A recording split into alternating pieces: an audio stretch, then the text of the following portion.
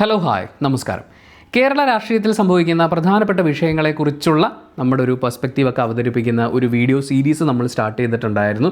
അത് കണ്ടിന്യൂസ് ആയിട്ട് എല്ലാ ദിവസവും ഓരോന്നൊന്ന് വെച്ച് ഷൂട്ട് ചെയ്തിടണമെന്നാണ് വിചാരിച്ചിരുന്നത്.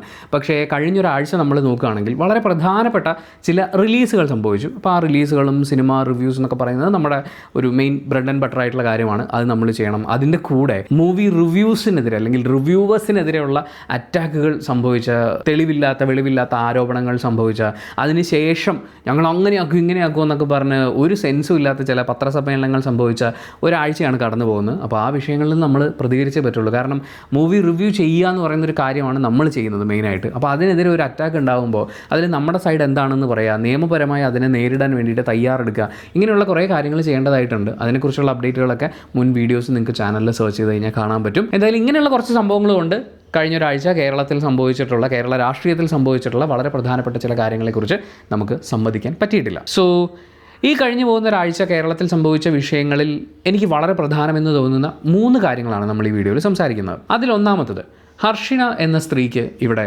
നീതി കിട്ടി എന്നുള്ളതാണ്. ഹർഷിനയെ ചില ആൾക്കാർ ചിലപ്പോൾ ഓർക്കുന്നുണ്ടാവില്ല, ചിലർ മറന്നു പോയിട്ടുണ്ടാവും, ചിലർ ശ്രദ്ധിച്ചിട്ടുണ്ടാവില്ല. അനീതി നേരിടേണ്ടി വരുന്ന ആളുകളുടെ ഒരു പ്രധാന വിഷയം എന്ന് പറയുന്നത് അവരെ അധികം ആരും കാണുന്നില്ല എന്നുള്ളതാണ്. 2017 ഹർഷിന കോഴിക്കോട് മെഡിക്കൽ കോളേജിൽ ഒരു ശസ്ത്രക്രിയയ്ക്ക് വിധേയയാവുന്നത്. ശസ്ത്രക്രിയ കഴിഞ്ഞു ഏതാണ്ട് 5 വർഷത്തോളം അവർ അതിശക്തമായ വയറുവേദന അനുഭവിക്കുകയായിരുന്നു.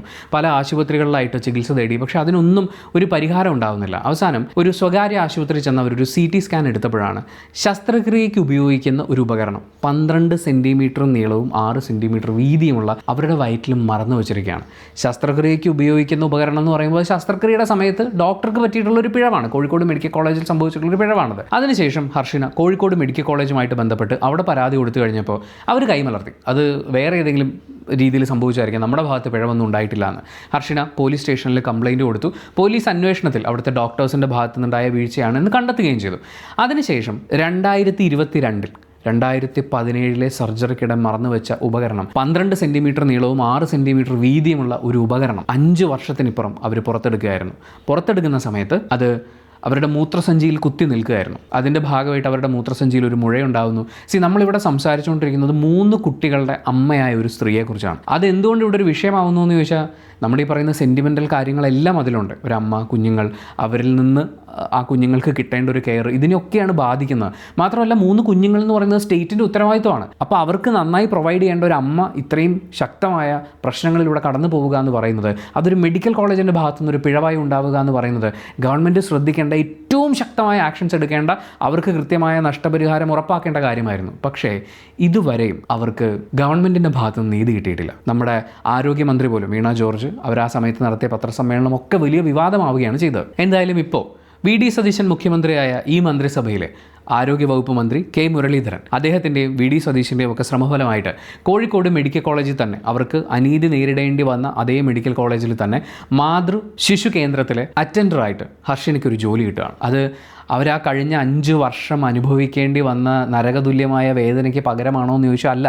അവരാ വേദന അനുഭവിക്കുന്നതിൻ്റെ ഭാഗമായി ആ കുഞ്ഞുങ്ങൾക്ക് അവർക്ക് കിട്ടേണ്ടിയിരുന്ന സ്നേഹം, പരിഗണന, അതൊക്കെ അവർ കൊടുത്തിട്ടില്ല എന്നല്ല കേട്ടോ ഞാൻ പറയുന്നത്. പക്ഷേ അത്രയും വേദനയിലൂടെ കടന്നു പോകുന്ന ഒരു അമ്മയ്ക്ക് അവരുടെ കുഞ്ഞുങ്ങൾക്ക് അവർക്ക് കൊടുക്കാൻ ആഗ്രഹമുള്ളൊരു കാര്യം ഉണ്ടാവില്ലേ? അവർക്ക് അവരെ തന്നെ നന്നായി പരിഗണിക്കാൻ സാധിച്ചിരുന്നു എന്ന് പോലും നമുക്ക് സംശയമാണ്. ആ ഒരു കുടുംബത്തിനൊന്നാകെ ഏറ്റിട്ടുള്ള അനീതിക്ക് ഇത് പകരമാണോ എന്ന് ചോദിച്ചു കഴിഞ്ഞാൽ ഞാനും പറയും അല്ലാന്ന്. പക്ഷേ VD സതീശൻ സർക്കാർ അധികാരമേറ്റതിന് ശേഷം ചെയ്തിട്ടുള്ള ഏറ്റവും മികച്ച തീരുമാനങ്ങളിലൊന്ന്, ഒരു കുടുംബത്തിനൊന്നാകെ ഒരു അമ്മയ്ക്ക് ചികിത്സയിൽ പിഴവുണ്ടാവുന്നത് കൊണ്ട് ഒരു രോഗിക്ക് ഉണ്ടാവുന്ന ഒരു നഷ്ടത്തിന് ഗവൺമെൻറ് എങ്ങനെയാണ് ഒരു നീതി ഉറപ്പാക്കേണ്ടത്, അവർക്ക് നഷ്ടപരിഹാരം എത്തിക്കേണ്ടതെന്ന് പറയുന്നതിൻ്റെ ഒരു നല്ല മാതൃകയായിട്ട് നമുക്കിതിനെ കാണാം. ഇതെന്തുകൊണ്ട് ഇത്രയും മാതൃകാപരമായ ഒരു കാര്യമായി ഞാൻ അവതരിപ്പിക്കുന്നു എന്ന് ചോദിച്ചു കഴിഞ്ഞാൽ, തൊട്ട് മുൻപിരുന്ന പിണറായി വിജയൻ സർക്കാർ അവരുടെ ഭാഗത്തു നിന്നുണ്ടായിട്ടുള്ള വികസന പ്രവർത്തനങ്ങളെ തീർച്ചയായും നമ്മൾ അംഗീകരിക്കുകയാണ്. ഒരു സംസ്ഥാനത്തിൻ്റെ വളർച്ചയ്ക്ക് ഏറ്റവും ആവശ്യമായ നിരവധി പ്രവർത്തനങ്ങൾ അവർ പൂർത്തീകരിച്ചിട്ടുണ്ട്, ഒരുപാട് പ്രവർത്തനങ്ങൾ തുടങ്ങി വെച്ചിട്ടുണ്ട്.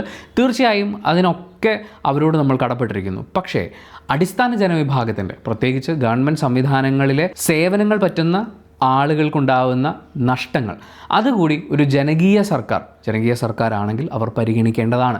അതിനെ കൃത്യമായി അഡ്രസ്സ് ചെയ്യണമായിരുന്നു. ഇവിടെ നഷ്ടങ്ങളുണ്ടായ ആ സ്ത്രീക്കൊപ്പം മാത്രമാണ് ഗവൺമെൻറ് നിലകൊള്ളേണ്ടിയിരുന്നത്. പക്ഷേ ഗവൺമെൻറ്റിൻ്റെ നിലപാട് ഈ വിഷയത്തിൽ ശരിയായില്ല എന്നാണ് നമ്മുടെ അഭിപ്രായം. മറ്റൊരു വളരെ പ്രധാനപ്പെട്ട കാര്യം, ഈ കാര്യത്തിനെക്കുറിച്ച് എന്താണ് അഭിപ്രായം എന്ന് ചോദിച്ചിട്ട് ഒരുപാട് കമൻറ്റുകൾ വരുന്നുണ്ട്. ED റെയ്ഡ് ഒന്ന് സംഭവിച്ചു. ED റെയ്ഡുകൾ കഴിഞ്ഞ കുറേ കാലമായി സംഭവിച്ചുകൊണ്ടേയിരിക്കുന്നതാണ്. നമ്മൾ പലതരം ED റെയ്ഡുകൾ കണ്ടു, അതുമായി ബന്ധപ്പെട്ടിട്ടുള്ള പ്രതിഷേധ പ്രകടനങ്ങൾ കണ്ടു. പക്ഷേ ഈ ED റെയ്ഡ് കേരളത്തിലെ ഏറ്റവും അധികം ചർച്ച ചെയ്യപ്പെട്ട ഒരു ED റെയ്ഡാണ്. മുൻ മുഖ്യമന്ത്രിയും നിലവിലെ പ്രതിപക്ഷ നേതാവുമായ പിണറായി വിജയന്റെ വീട്ടിലേക്ക് ED റെയ്ഡിനെത്തി. CMRL എക്സാലോജിക് ഇടപാടുകളുടെ ഭാഗമായുള്ള അന്വേഷണത്തിനാണ് ED അവിടെ എത്തിച്ചേർന്നിട്ടുണ്ടായിരുന്നത്. EDയുടെ റെയ്ഡ് എന്ന് പറയുമ്പോൾ സ്വാഭാവികമായും മണിക്കൂറുകൾ നീണ്ടു നിൽക്കുന്നതാണ്. ആ കേസുമായി ബന്ധപ്പെട്ടിട്ടുള്ള ആളുകൾ അവരൊരു വലിയ ചോദ്യം ചെയ്യലിന് ഇരയാകും. അതുപോലെ ഡോക്യുമെൻറ്റ്സ് ഒക്കെ അവർ പരിശോധിക്കും. നമ്മൾ സിനിമയിൽ കാണുന്ന ഇൻകം ടാക്സ് റെയ്ഡിൻ്റെ ഒരു വലിയ വേർഷനാണ് അവിടെ സംഭവിക്കുക. സ്വാഭാവികമായും അത്രയും സമയം അവരെടുക്കും, അത്രയും ശക്തമായിട്ടുള്ള അന്വേഷണങ്ങളുണ്ടാവും, ചോദ്യം ചെയ്യലുകളുണ്ടാവും. പക്ഷേ ഇവിടെ സംഭവിച്ചൊരു കാര്യം എന്ന് പറയുന്നത്, പിണറായി വിജയൻ്റെ വീട്ടിലേക്ക് വന്ന ED ഉദ്യോഗസ്ഥർക്ക് നേരെ, അവർ വന്ന വാഹനങ്ങൾക്ക് നേരെ കേവലം മുദ്രാവാക്യം വിളികൾ മാത്രമല്ല സംഭവിച്ചത്. EDയുടെ 3 കാറുകളാണ് ആക്രമണത്തിന് വിധേയമായത്. പ്രതിഷേധം അതിശക്തം എന്ന് പറയുമ്പോൾ ഇത് അക്രമാസക്തം എന്നാണ് നമുക്ക് പറയാൻ പറ്റുക. അങ്ങനെ നോക്കുമ്പോൾ CPMൻ്റെ ഭാഗത്തു നിന്ന് മാത്രമാണോ ഇതുപോലെ EDക്ക് നേരെയുള്ള ആക്രമണം ഉണ്ടായത്, അല്ലെങ്കിൽ ED റെയ്ഡിനെതിരെ ഇത്രയും അക്രമാസക്തമായ പ്രതിഷേധങ്ങൾ ഉണ്ടായെന്ന് ചോദിച്ചാൽ, ഇതിനു മുമ്പ് 2022 സോണിയാഗാന്ധിയെയും രാഹുൽ ഗാന്ധിയെയും ED ചോദ്യം ചെയ്ത സമയത്ത് കടുത്ത ആക്രമണമാണ് കോൺഗ്രസിൻ്റെ ഭാഗത്തു നിന്ന് നമ്മൾ കണ്ടത്. നാഷണൽ ഹെറാൾഡ് കേസ് എന്ന് സെർച്ച് ചെയ്ത് നോക്കിയാൽ നിങ്ങൾക്ക് അതിൻ്റെ കൂടുതൽ വിവരങ്ങൾ അറിയാൻ പറ്റും. യങ് ഇന്ത്യൻ കമ്പനി വഴി കോടികളുടെ പൊതുസ്വത്ത് കൈക്കലാക്കാൻ വേണ്ടി ഇരുവരും ചേർന്ന് പദ്ധതി ഇട്ടു, അല്ലെങ്കിൽ ഗൂഢാലോചന ചെയ്തു എന്നുള്ളതിനെ ആസ്പദമാക്കിയാണ് EDയുടെ റെയ്ഡും ചോദ്യം ചെയ്യലും ഒക്കെ ഉണ്ടായത്. EDയുടെ ഓഫീസിലേക്ക് വരെ ആക്രമണം അഴിച്ചുവിടുന്ന ഒരു രീതിയിലേക്കാണ് അന്ന് കാര്യങ്ങൾ എത്തിയത്. പക്ഷേ കേരളത്തിൽ ഇതെത്തുമ്പോൾ അന്ന് കോൺഗ്രസ്സുകാർ ചെയ്തല്ലോ, അതുകൊണ്ട് ഇപ്പോൾ കമ്മ്യൂണിസ്റ്റുകാർ ചെയ്താൽ എന്താ കുഴപ്പം എന്നുള്ള രീതിയിലല്ല നമ്മളതിനെ നോക്കി കാണേണ്ടത്. പ്രതിഷേധങ്ങളുണ്ടാവും. ഒരു നേതാവിന് നേരെ ആസൂത്രിതമായ ആക്രമണം, അത് ഗവൺമെൻറ് ബോഡീസിനെ ഉപയോഗിച്ചുകൊണ്ട്, ഇതുപോലുള്ള ഏജൻസികളെ ഉപയോഗിച്ചുകൊണ്ട് നടത്തുക എന്ന് പറയുന്നത് നമ്മൾ ഇതിനു മുമ്പും കണ്ടിട്ടുണ്ട്, ഇനി അങ്ങോട്ടും ചിലപ്പോൾ കാണും. അങ്ങനെ വരുമ്പോൾ ഒരു പ്രതിഷേധം ഉണ്ടാവും, പ്രതിരോധം ഉണ്ടാവും. പക്ഷേ അത് ആക്രമണമായി മാറുക എന്ന് പറയുന്നത് അത് കൈവിട്ട് പോലാണ്. ഒരു ഡ്രൈവറുടെ കണ്ണിന് പരിക്കേറ്റു എന്ന് പറയുന്നു, ഒരു ED ഉദ്യോഗസ്ഥയ്ക്ക് പരിക്കേറ്റിട്ടുണ്ടെന്ന് പറയുന്നു, ഇത്രയും വാഹനങ്ങൾ ഇവിടെ നശിപ്പിക്കപ്പെടുന്നു, 18ഓളം പേർക്കെതിരെ കേസെടുക്കേണ്ട സാഹചര്യം ഉണ്ടാകുന്നു, അറസ്റ്റ് ചെയ്ത് നീക്കം ചെയ്യേണ്ട സാഹചര്യം ഉണ്ടാകുന്നു. ഇതൊരു ചെറിയ സ്കെയിലിൽ നടന്ന കാര്യമല്ല. അതായത് ED ഉദ്യോഗസ്ഥർക്ക് അവരുടെ ജീവൻ പോലും നഷ്ടപ്പെടും എന്ന് പറയുന്ന ഒരു സാഹചര്യം ഇവിടെ ക്രിയേറ്റ് ചെയ്യപ്പെടുകയാണ്. നിങ്ങൾ ഞങ്ങളുടെ നേതാവിനെ ചോദ്യം ചെയ്യാൻ വന്നാൽ ഞങ്ങൾ ചിലപ്പോൾ ആക്രമിക്കും, തട്ടിക്കളയും എന്ന് പറയുന്നത് പോലത്തെ ഒരു വെല്ലുവിളിയാണ് ഇവിടെ നടത്തപ്പെടുന്നത്. അതൊരിക്കലും അനുവദിച്ചു കൊടുക്കാവുന്ന ഒന്നല്ല.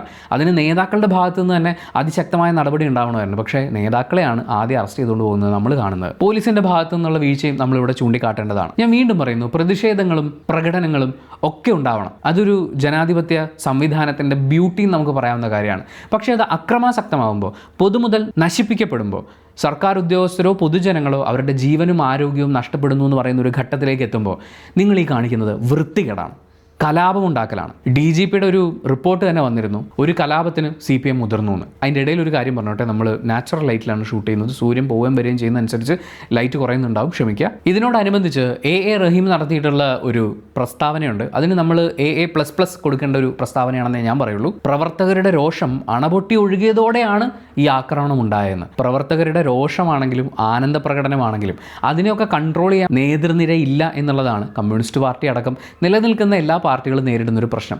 നിങ്ങൾക്കും ഈ അണികളെ കൺട്രോൾ ചെയ്യാൻ പറ്റുന്നില്ല, അവർ പ്രതിഷേധം നടത്തുന്ന സമയത്ത് കൺട്രോൾ ചെയ്യാൻ പറ്റുന്നില്ല എന്ന് പറയുന്നത് അങ്ങനെ അതാണോ കമ്മ്യൂണിസ്റ്റ് പാർട്ടിയുടെ അവസ്ഥ എന്ന് പറയുന്നത്? ഒരു നേതാവ് നടുക്ക് കയറി എന്നിട്ട് മക്കളെ ഇവിടെ നിർത്തിക്കോ എന്ന് പറഞ്ഞു കഴിഞ്ഞാൽ നിർത്താൻ പറ്റാതെ താനൊന്ന് പോടോ എന്ന് പറഞ്ഞ് ഞങ്ങളെ ആക്രമിക്കാൻ വന്ന പരിപാടി തീർക്കും എന്നാണോ അണികൾ നിങ്ങളോട് തിരിച്ചു പറയുന്നത്? എനിക്കറിയാൻ പാടില്ലാണ്ട് ചോദിക്കുകയാണ്. ഈ നഷ്ടം അത് ഏത് തരത്തിലുള്ളതാണെങ്കിലും അത് പരിഹരിക്കാൻ പാർട്ടിക്ക് ബാധ്യതയുണ്ട്. നിങ്ങളുടെയൊക്കെ രോഷം അണപൊട്ടി ഒഴുകുമ്പോഴേക്കും ഒരു സർക്കാർ ജോലിക്കാരൻ അല്ലെങ്കിൽ ഒരു ജോലിക്കാരി അവരെ ഏൽപ്പിച്ചൊരു ജോലി ചെയ്യുമ്പോൾ അവരുടെ ജീവൻ പോലും പോകുമെന്ന് പറയുന്ന ഒരു ഘട്ടത്തിലേക്ക് എത്തുന്നുവെങ്കിൽ, പൊതുജനങ്ങളുടെ പുറത്തിറങ്ങി നടക്കാനുള്ള സ്വാതന്ത്ര്യം ഹനിക്കപ്പെടുന്നുണ്ടെങ്കിൽ, നിങ്ങളുടെ വികാരം അണപൊട്ടി ഒഴുകുന്നത് അത്ര നല്ല കാര്യമൊന്നുമല്ല. അതിനെ കൺട്രോൾ ചെയ്യണം. അത് ആവർത്തിക്കപ്പെടാതിരിക്കാനുള്ള മാർഗ്ഗങ്ങൾ നോക്കണം. ഇനി ഇങ്ങനെ ഒന്നും ഉണ്ടാവില്ല എന്ന് ഉറപ്പ് നൽകാൻ AA റഹീം അടക്കം അല്ലെങ്കിൽ പിണറായി വിജയൻ അടക്കമുള്ള നേതാക്കൾക്ക് സാധിക്കുമോ? അതിന് സാധിക്കുന്നില്ലെങ്കിൽ നിങ്ങൾ തന്നെ എന്തിനാണ്, അല്ലെങ്കിൽ ഞങ്ങൾ എന്തിനാണ് നിങ്ങളെ നേതാക്കന്മാരെന്ന് വിളിക്കുന്നത്? സോ ഇതിനെക്കുറിച്ച് കൃത്യമായിട്ടുള്ള ഒരു വിലയിരുത്തലും പാർട്ടി എന്തുകൊണ്ട് തോറ്റു എന്ന് പഠിക്കുന്നതിനോടൊപ്പം എന്തുകൊണ്ട് നേതാക്കളുടെ കയ്യിൽ നിൽക്കാതെ അണികൾ ഇങ്ങനെയൊക്കെ പെരുമാറുന്നു എന്നുള്ളതിനെക്കുറിച്ചൊരു പഠനം കൂടി നടത്തുകയാണെങ്കിൽ, ഇനി അങ്ങനെയല്ല നേതാക്കളുടെ കൂടി അറിവോടെയാണ് ഈ പ്ലാൻ ചെയ്തിട്ടുള്ള പരിപാടി നടന്നിട്ടുള്ളത് എന്ന് തെളിയുകയാണെങ്കിൽ നിങ്ങൾ പാർട്ടി നടപടിയെടുക്കണം. ഈ കാര്യത്തിൽ അറസ്റ്റ് ചെയ്യപ്പെട്ടത് അണികൾ മാത്രമൊന്നുമല്ല, അല്ലെങ്കിൽ ഏറ്റവും താഴെ നിൽക്കുന്ന SFIയുടെയോ DYFIയുടെയോ CPMൻ്റെയോ ചെറിയ പ്രവർത്തകർ മാത്രമല്ല, അറസ്റ്റ് ചെയ്യപ്പെട്ടവരിൽ നേതാക്കൾ വരെയുണ്ട്. സോ ഇതിനെക്കുറിച്ചും പാർട്ടി ഒരു പഠനം നടത്തുന്നത് വളരെ നന്നായിരിക്കും എന്നാണ് എൻ്റെ ഒരു അഭിപ്രായം. ഞാൻ ഇനി ലൈറ്റ് ഒന്ന് ഇട്ടോട്ടെ. കേരളം ഏറ്റവും കൂടുതൽ ചർച്ച ചെയ്തുകൊണ്ടിരിക്കുന്ന, കേരളത്തിൽ ഏറ്റവും ചർച്ചയാവുന്ന ഒരു കാര്യം, അതും പുതിയൊരു മന്ത്രിസഭ അധികാരത്തിൽ വന്നതിന് ശേഷം, പുതിയൊരു സിനിമാ മന്ത്രി കൂടി ഉണ്ടായതിനു ശേഷം ഇതിനെക്കുറിച്ച് ശക്തമായിട്ടുള്ള ഒരു തീരുമാനമെടുക്കാൻ എന്തുകൊണ്ട് വൈകുന്നു എന്ന് നമുക്ക് തോന്നുന്നൊരു വിഷയം AMMയിൽ സംഭവിച്ചുകൊണ്ടിരിക്കുന്ന പൊട്ടിത്തെറിയാണ്. ആ സംഭവിച്ചുകൊണ്ടിരിക്കുന്ന കാര്യങ്ങളെ നമുക്ക് ഇപ്പോൾ കുറേ ആളുകളുണ്ട്, ഇത് മറ്റേ അടുക്കള വഴക്കാണ്, ഇത് മറ്റേ കുടുംബശ്രീ ചേച്ചിമാർ, അങ്ങനെ സ്ത്രീകൾക്കിടയിലുള്ള അഭിപ്രായ ഭിന്നതകളായിട്ട്, അവർക്കിടയിലെ അനാവശ്യമായ വാക്പോരുകളായിട്ട് ഇതിനെ ചിത്രീകരിക്കുന്ന ആളുകളുണ്ട്. നമ്മളിവിടെ മനസ്സിലാക്കേണ്ട ഒരു കാര്യം, ഒരു പെൺകുട്ടി അതിശക്തമായി അവളുടെ അഭിപ്രായം തുറന്നു പറഞ്ഞു. ഏത് കാര്യത്തിൽ? ഒരു മതത്തിൻ്റെ പേരിലുള്ള ഫണ്ട് നമ്മൾ വാങ്ങാൻ പാടില്ല, അല്ലെങ്കിൽ നമ്മുടെ കുടുംബസംഗമം പോലൊരു പരിപാടി നടത്തുമ്പോൾ ഒരു മതസ്ഥാപനത്തിൻ്റെ കയ്യിൽ നിന്ന് പണം വാങ്ങിയാൽ അവരുടെ റിക്വയർമെൻറ്റ്സ് എന്തൊക്കെയാണ്, അതിന് പിന്നീട് എന്തൊക്കെയാണ് സംഭവിക്കാനുള്ളത് എന്നുള്ള കാര്യങ്ങളൊക്കെ നോക്കി വിലയിരുത്തി അവിടെ നിന്ന് ഫണ്ട് സ്വീകരിക്കാൻ പാടില്ല, അവരെ സ്പോൺസറാക്കാൻ പാടില്ല എന്ന് പറഞ്ഞ അംഗത്തിനെതിരെ മതം മാറ്റുന്ന ശ്രമങ്ങളുണ്ടായി എന്ന് പറയുന്ന ആരോപണങ്ങൾ വരെ ഉന്നയിച്ചുകൊണ്ട് അവരെ സംഘടനയിൽ ശ്വാസം മുട്ടുകയും അവിടെ തുടരാൻ പറ്റില്ലെന്നും അവർക്ക് അവിടെ നീതി കിട്ടുന്നില്ല എന്ന് മനസ്സിലാക്കി മാധ്യമങ്ങളുടെ മുമ്പിൽ സത്യങ്ങൾ വിളിച്ചു പറയുകയാണ്. അത് സത്യങ്ങളാണോ അല്ലയോ എന്നുള്ളത് അന്വേഷിച്ച് കണ്ടെത്തട്ടെ. പക്ഷേ ഇത് വളരെ സീരിയസ് ആയിട്ടുള്ളൊരു കാര്യമാണ്. സ്ത്രീകളെ യാതൊരു വിലയുമില്ലാതെ ഒരു പുരുഷ അംഗം വളരെ മോശം വാക്കുകൾ ഉപയോഗിച്ചുകൊണ്ട് ആക്ഷേപിച്ചു എന്ന് പറയുന്നൊരു പരാതിയും ഇവിടെയുണ്ട്. നിങ്ങൾ നോക്കും, നിർബന്ധിത മതപരിവർത്തനം, സ്ത്രീകൾക്ക് നേരെയുള്ള അതിക്രമം, അങ്ങോട്ടും ഇങ്ങോട്ടുള്ള അസഭ്യവർഷം, സംഘടനയിലെ രണ്ട് വ്യക്തികൾക്കിടയിലുള്ള ഒരു പ്രശ്നം ഉണ്ടാകുമ്പോൾ അതിനിടയിൽ ഗാർഹിക പീഡനം അടക്കമുള്ള വകുപ്പുകൾ ഉണ്ടാകുന്നു. അങ്ങനെ എത്ര സീരിയസ് ഒഫൻസുകളാണ് ഇവിടെ സംഭവിച്ചിട്ടുള്ളത്. മലയാളത്തിലെ അല്ലെങ്കിൽ കേരളത്തിലെ ഏറ്റവും അധികം പണം കൈകാര്യം ചെയ്യപ്പെടുന്ന സംഘടനകളിൽ ഒന്ന്, ഏറ്റവും പോപ്പുലർ ആയിട്ടുള്ള ആളുകൾ നിലനിൽക്കുന്ന സംഘടനകളിൽ ഒന്ന്, പോയ വർഷങ്ങൾ എടുത്തു നോക്കുമ്പോൾ ഏറ്റവും അധികം ക്രൂരവും നിന്ദ്യവുമായ പ്രശ്നങ്ങൾക്ക് വരെ പ്രതിസ്ഥാനത്ത് വന്നിട്ടുള്ള സംഘടനകളിലൊന്ന്. അവിടെ ഇത്തരമൊരു പ്രശ്നമുണ്ടാകുന്ന സമയത്ത് തീർച്ചയായും നമ്മുടെ സിനിമാ മന്ത്രിയുടെ ഭാഗത്തുനിന്നൊരു ഇടപെടൽ ഉണ്ടാവേണ്ടതാണ്. അതിൻ്റെ സമയം കഴിഞ്ഞുപോയി എന്നാണ് ഞാൻ മനസ്സിലാക്കുന്നത്. കാരണം കേരളം ഞെട്ടിയ, ഇന്ത്യ മുഴുവൻ ഞെട്ടിയ ഒരു കേസ് ഉണ്ടായതിനു ശേഷമാണ് AMMയിലെ ഉള്ളിലെ വിഷയങ്ങളെക്കുറിച്ച് നാട്ടുകാർ അറിയാൻ തുടങ്ങിയത്. ഇപ്പോൾ പുകഞ്ഞുകൊണ്ടിരിക്കുന്ന ഒരു വിഷയം, ഇന്നിപ്പോൾ ഇതൊരു സംഘടനയുടെ വിഷയമല്ല, ഇതൊരു സാമൂഹ്യ വിഷയമാണ്. കാരണം ഇവിടെ ആരോപിക്കപ്പെടുന്ന കാര്യങ്ങൾ എന്ന് പറയുന്നത് നമ്മുടെ സമൂഹത്തിൽ ആവർത്തിക്കപ്പെടാൻ പാടില്ലാത്തൊരു കാര്യമാണ്. നിർബന്ധിത മതപരിവർത്തനം പോലെയുള്ള കാര്യങ്ങൾ ആരോപിക്കപ്പെടുമ്പോൾ അതിൻ്റെ സത്യാവസ്ഥയെക്കുറിച്ച് അതിശക്തമായ അന്വേഷണങ്ങൾ ഉണ്ടാവേണ്ടതാണ്. കാരണം ഇന്ന് നമ്മളിതിനെ അവരുടെ ഇടയിൽ ചെറിയ പ്രശ്നം, ഈ സിനിമാക്കാരി പെമ്പിള്ളേർ എന്തൊക്കെയാണ് കാണിക്കുന്നതെന്നൊക്കെ പറഞ്ഞ് അതിനെ പുച്ഛിക്കാൻ പോയി കഴിഞ്ഞാൽ നാളെ ഈ വിഷയം രാജ്യമൊട്ടാകെ പ്രശ്നങ്ങൾ വിതയ്ക്കാൻ പ്രാപ്തിയുള്ളൊരു വിഷയമാണ്. ഒരു വ്യക്തിയുടെ ജീവിക്കാനുള്ള അവകാശത്തിനെ വരെ ബാധിക്കാൻ പോകുന്ന ആരോപണങ്ങളാണ് ഇവിടെ ഉന്നയിക്കപ്പെട്ടുകൊണ്ടിരിക്കുന്നത്. ഇതിന് നിങ്ങൾ AMMയിലെ പ്രശ്നം ഞങ്ങൾ കുടുംബമായിട്ടിരുന്ന് സഹകരിച്ചോളാം എന്നൊക്കെ പറയുന്നത് അത് വളരെ നിരുത്തരവാദപരമായ ഒരു സമീപനമാണ്. ഈ വിഷയത്തിന് ഗവൺമെൻറ്റിൻ്റെ ഇടപെടൽ ഉണ്ടാവണം. ഈ AMMA എന്ന് പറയുന്ന സംഘടനയിൽ അതിശക്തമായ അഴിച്ചുപണികൾ ആവശ്യവുമാണ്. അതിന് നമ്മുടെ പുതിയ സിനിമാ മന്ത്രി PC വിഷ്ണുനാഥിൻ്റെ നേതൃത്വത്തിൽ ഒരു ചർച്ചയും അന്വേഷണവും ഒക്കെ ഉണ്ടാവുമെന്നുള്ള ഒരു പ്രതീക്ഷ കൂടി ഞാൻ മുന്നോട്ട് വെക്കുകയാണ്. ഇത് അത്രമേൽ സെൻസിറ്റീവായ വിഷയമാണ്. മതപരമായ വിഷയങ്ങൾ, ഒരു സ്ത്രീയുടെ ആത്മാഭിമാനത്തിന് നേരെയുള്ള ചോദ്യം ചെയ്യലുകൾ, ഇത് സെൻസിറ്റീവായ സാമൂഹിക വിഷയങ്ങളാണ്. അതിന് നമ്മളിപ്പോൾ ഇത് ചെറിയ വിഷയമായിട്ടൊക്കെ തമാശയായിട്ട് വിട്ട് കളഞ്ഞു കഴിഞ്ഞാൽ നാളെ നമ്മളെ കാത്തിരിക്കുന്നത് വലിയ ദുരന്തങ്ങളായിരിക്കും. എത്രയും പെട്ടെന്ന് നടപടികൾ ഉണ്ടാവട്ടെ. അതിൻ്റെ ഇടയിൽ കേട്ടൊരു കുഞ്ഞു കോമഡി ഉണ്ടായിരുന്നു. ചർച്ചകൾ നടന്നുകൊണ്ടിരിക്കുകയാണ്. ചലച്ചിത്ര അക്കാദമി ചെയർമാനായിട്ട് നമ്മുടെ ജോയ് മാത്യു വരാൻ പോകുന്നു. അദ്ദേഹം അതിനെക്കുറിച്ച് എന്തൊരു സ്റ്റേറ്റ്മെൻറ്റ് നടത്തിയത് ദ ക്യൂവിൻ്റെ ഒരു സ്ക്വയർ കട്ടായിട്ട് കണ്ടിട്ടുണ്ടായിരുന്നു. ഞാൻ ഫുൾ ഇൻ്റർവ്യൂ കണ്ടിട്ടില്ല.